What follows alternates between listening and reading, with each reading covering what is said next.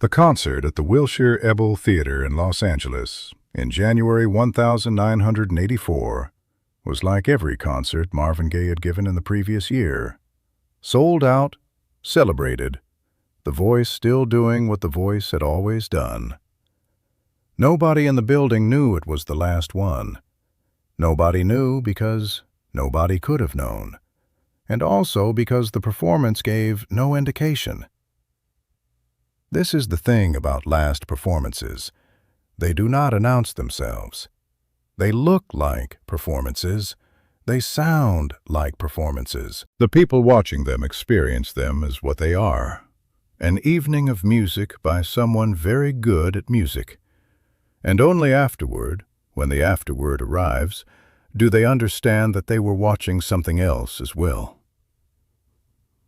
Marvin Gaye had been performing since he was a teenager in Washington, D.C., singing in church, singing on street corners, singing in the moonglows before the label and the fame and the 20 years of Motown had accumulated around him.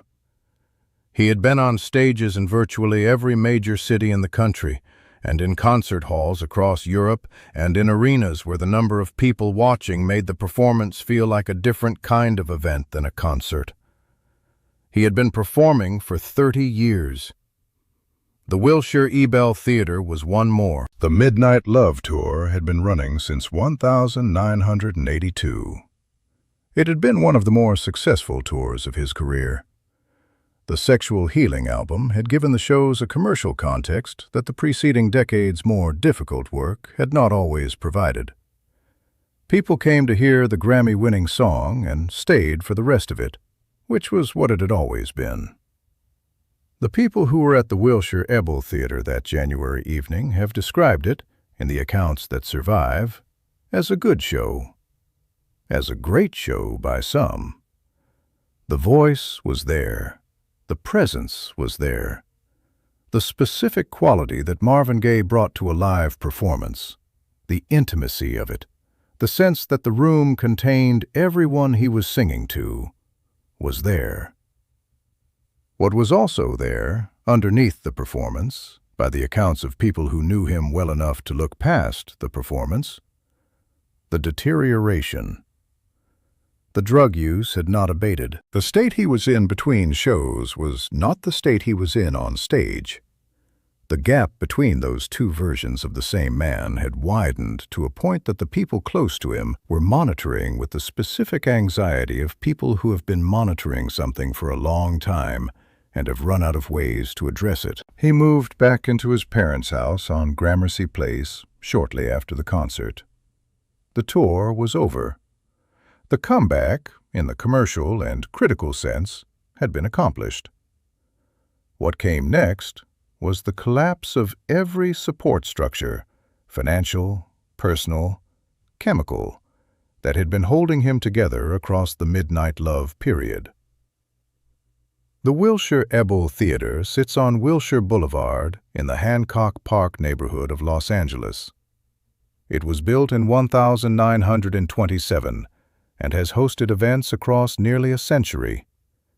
It is an intimate venue by the standards of where Marvin Gaye had performed, not the Forum, not Madison Square Garden, not the Royal Albert Hall. It held a few hundred people.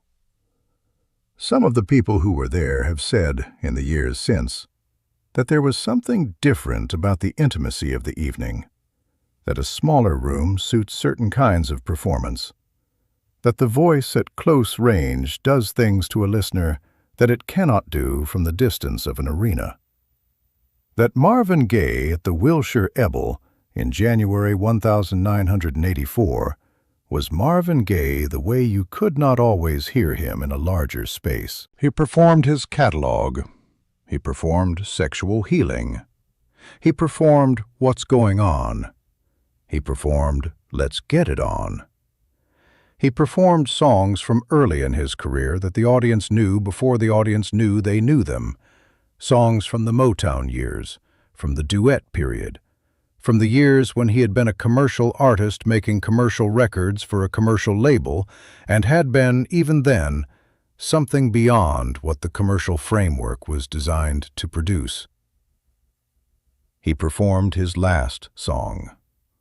The crowd applauded. He bowed. He walked off stage. He went home. He moved into his parents' house. 3 months later, he was gone. The concert is not well documented.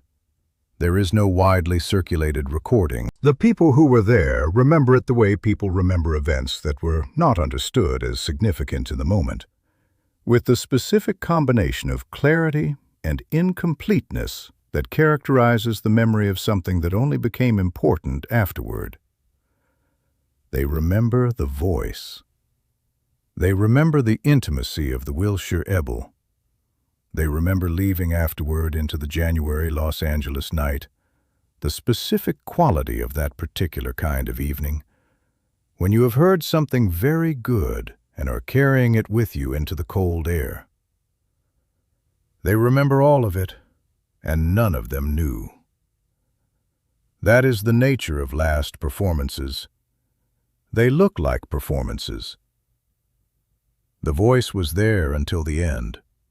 That, at least, the last concert confirms. The theater itself, a historic landmark of Italian Renaissance influence, seemed to amplify the vulnerability of the man standing on its stage.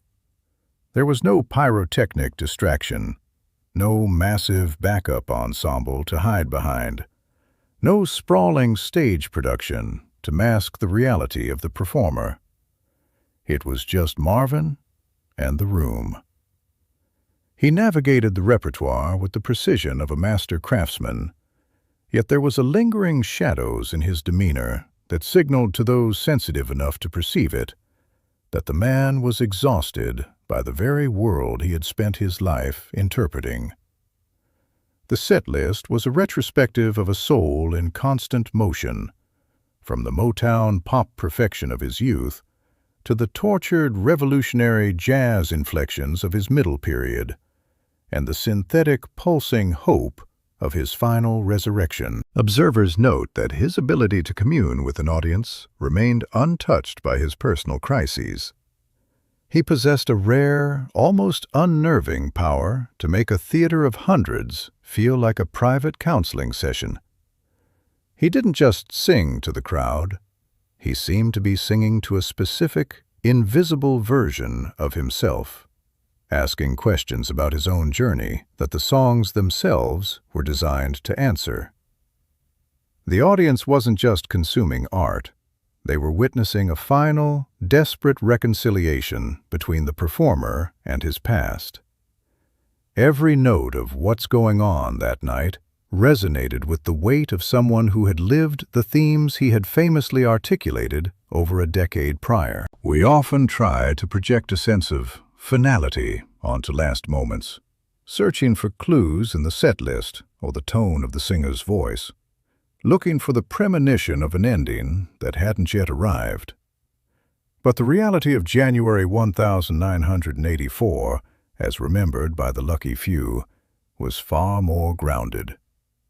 It was a man doing his job with a level of excellence that had become his baseline. The tragedy, if it can be called that, is not that he was declining on stage, but that he was so consistently brilliant in the face of such profound internal wreckage.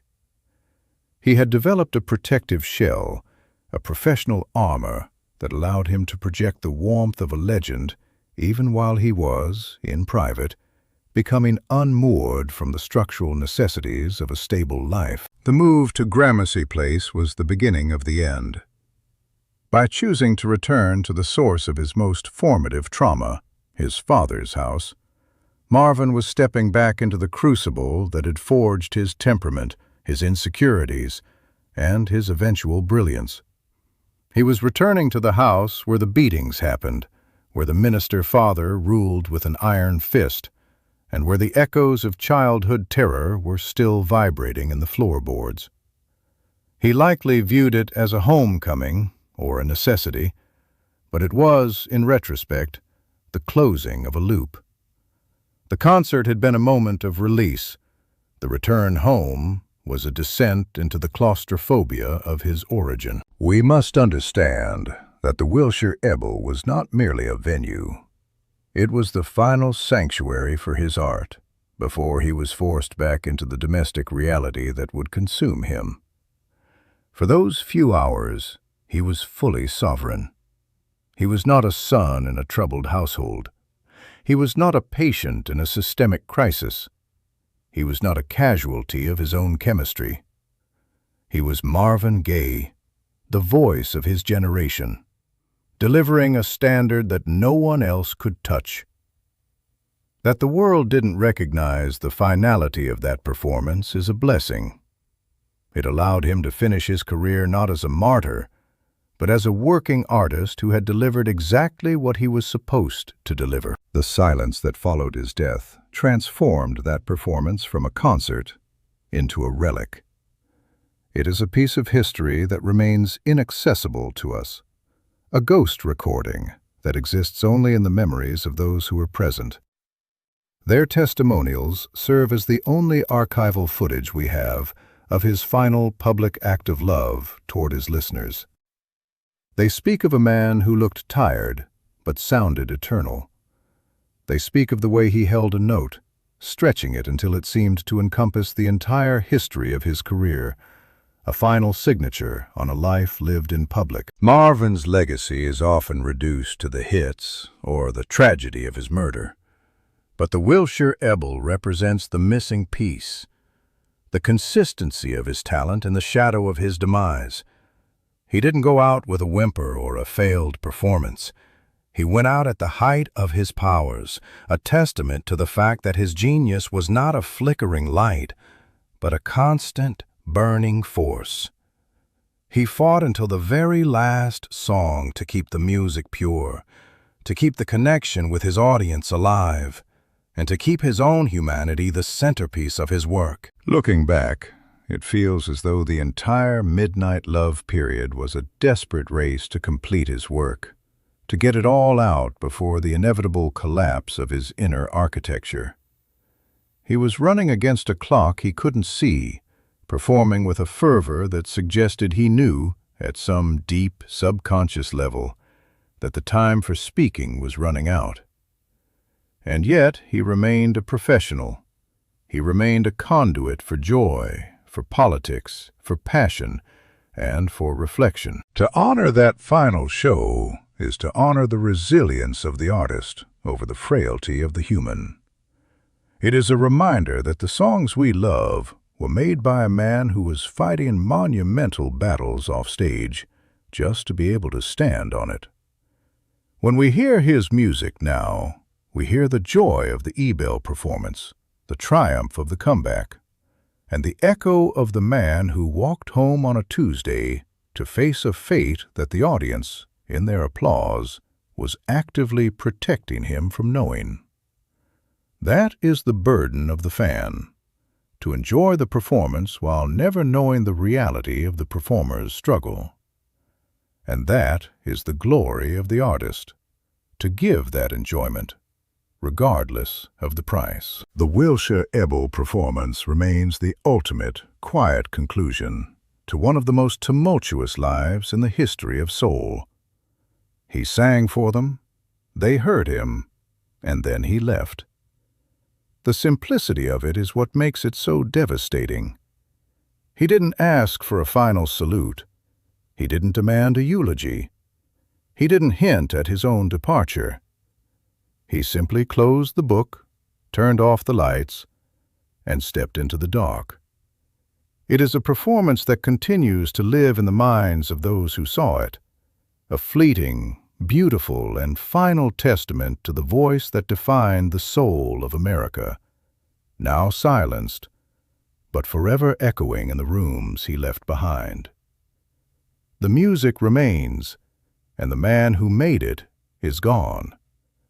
But the echo of that last note in January 1984 still vibrates in the history of music, a final gift from a man who gave everything he had to the only thing he truly trusted, the sound of a voice reaching out to be heard.